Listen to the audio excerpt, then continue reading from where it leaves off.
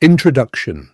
Hello friends, welcome back to Slow English Stories. Today I have a very special story for you. This story is about a boy named Oliver. Oliver was 12 years old. He lived in a small town in England called Hartwell. Hartwell was a quiet town, not rich, not famous, just small and grey and ordinary. Oliver's family had very little money.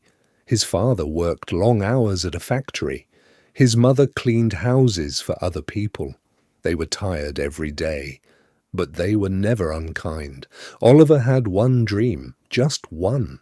He wanted to go to university. He wanted to study, to read, to learn. But in Hartwell, boys like Oliver didn't go to university. They went to work. That is what everyone said. Everyone except one person. This is the story of Oliver Banks, a boy with nothing except one book and one dream, and the courage to never let go of either. Are you ready? Let's begin. Oliver Banks lived on Crane Street, number 14, at the very end of a long grey road. It was a small, tired house surrounded by silence and cold. Its windows shook whenever the winter wind passed through, and the kitchen tap dripped endlessly into a rusted sink. The old sofa in the living room had sunk in the middle after years of use.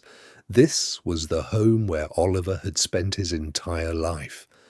Every morning before sunrise, his father, Robert Banks, left for the Hartwell factory, and every evening, exactly 12 hours later, he returned with grease on his hands, exhaustion in his eyes, and just enough strength to place a gentle kiss on Oliver's head before dinner.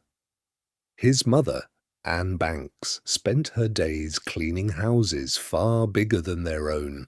She scrubbed polished floors, dusted expensive furniture, and returned home each night to cook whatever little food they had left. Beans on toast, soup and bread, rice and eggs. Simple meals, but always warm and made with love. Oliver never complained. He understood the sacrifices. He understood the struggle. He understood that life had never been easy for his family. But as he stared through the frost-covered window each winter night, watching the cold darkness swallow the street outside, one thought stayed in his mind. There had to be more than this. He understood their life, but deep inside, he knew he could not accept it forever. The one book. Oliver loved reading, not because school told him to, because books took him somewhere else, somewhere bigger than Crane Street. He had one book of his own, just one. He found it when he was 8 years old, in a free box outside a closed shop. The book was old and heavy, dark blue cover, gold letters, Great Expectations by Charles Dickens. He read it 3 times in 1 year. By the end, he understood something important. Pip, the boy in the story, started with nothing, and he built something real. Not with money, not with connections, with time, with effort, with honesty. Oliver put the book on his shelf. He looked at it every night before sleeping. "If Pip could do it," he said quietly, "so can I." Oliver arrived early every morning. He sat in the front row. He asked questions. "Why do you try so hard?" Danny said. "We'll all end up at the factory anyway." "Maybe you will," Oliver said. "I won't."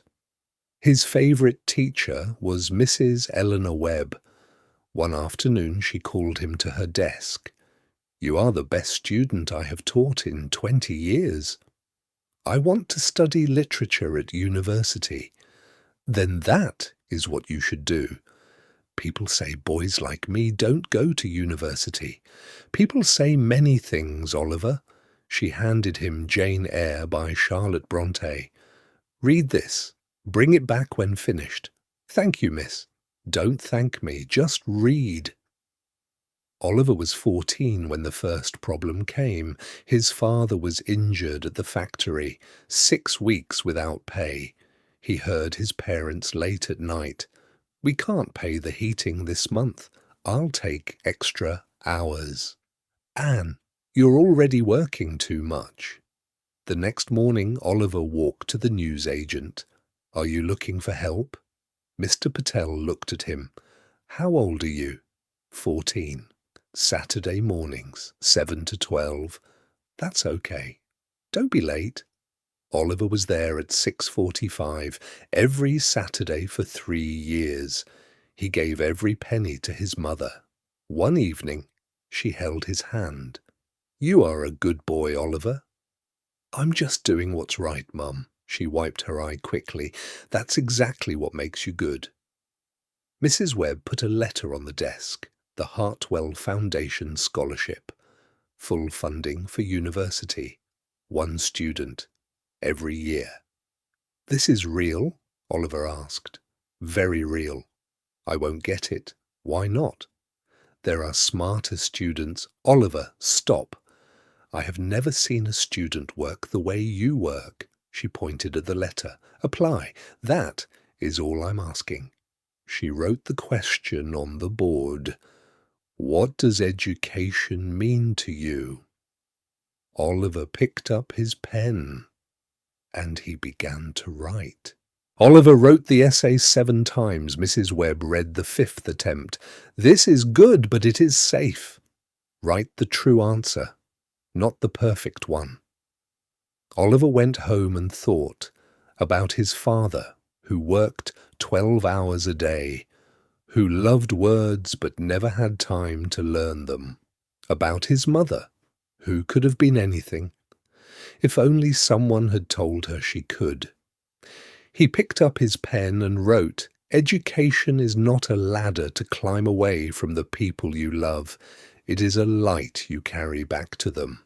I want to study, not to leave Crane Street behind. I want to sit with my father and talk about books. I want to tell my mother every flower has a Latin name. They are the reason I open the book, and they will be the reason I finish it. 6 weeks of waiting, school, work, home, read, sleep, school, work, home, read, sleep." One morning Danny stopped him.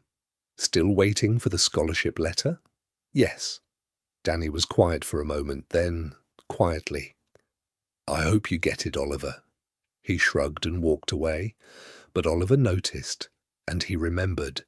Tuesday morning in April, his mother called during school. "Oliver, there is a letter from the Hartwell Foundation." "Open it, Mum." Silence, the sound of paper, more silence. "Mum."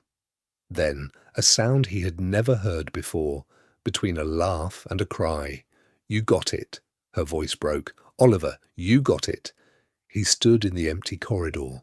Everything looked the same, but nothing was. "Are you sure?" he whispered. "You got it, my son, you got it."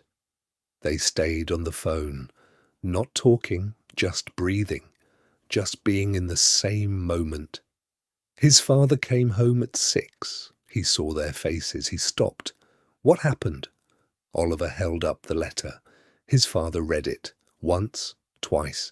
He folded it carefully. He handed it back. Then he put both hands on Oliver's face. He looked at him for a long time. He said only 2 words. "That's my boy."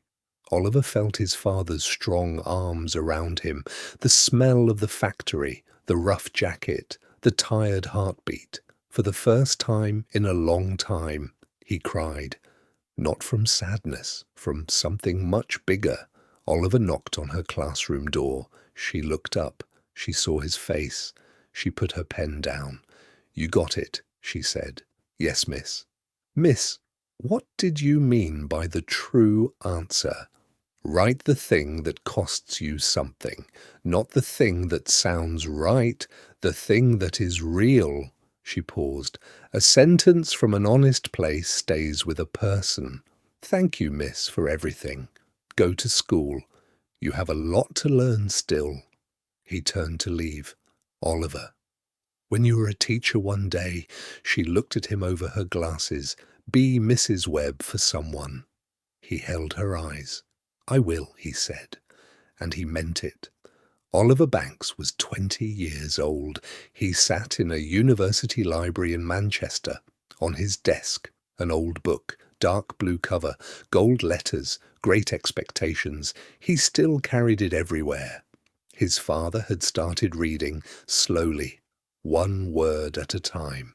His mother named every flower in her garden, the Latin names. She looked them up herself. One evening Oliver wrote a letter for a 12-year-old boy in Hartwell, a boy who loved reading, a boy whose family had very little. At the bottom he wrote, "You don't need money to change your life. You need one book, one person who believes in you, and the courage to never stop. Oliver Banks, Crane Street, Hartwell." He posted the letter. He walked back to the library. He sat down, he opened his book, and he continued reading. The end. Write the thing that costs you something.